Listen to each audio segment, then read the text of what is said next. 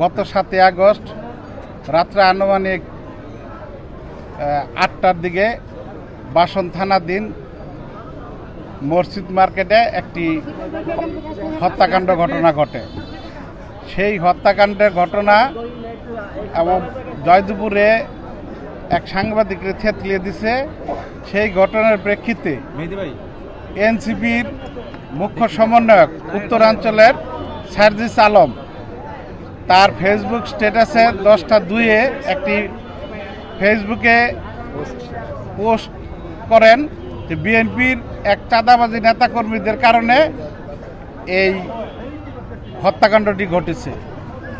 কোনো ধরনের যাচাই বাছাই না করে, পুলিশের কোনো জবানবন্দি না নিয়ে সে বিভিন্ন সময় বিভিন্নভাবে, আপনারা জানেন জাতীয়তাবাদী দল বিএনপি একটি বাংলাদেশের সবচেয়ে বৃহৎ সংগঠন।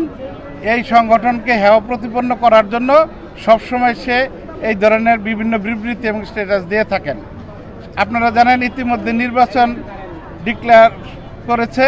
এই নির্বাচনকে প্রশ্নবিদ্ধ করার জন্য এবং পিছিয়ে দেওয়ার জন্য এবং জাতীয়তাবাদী দলের ভাবমূর্তি সাধারণ জনগণের কাছে ক্ষুণ্ণ করার জন্য সে এই সমস্ত বিবৃতিগুলো দিয়ে থাকে।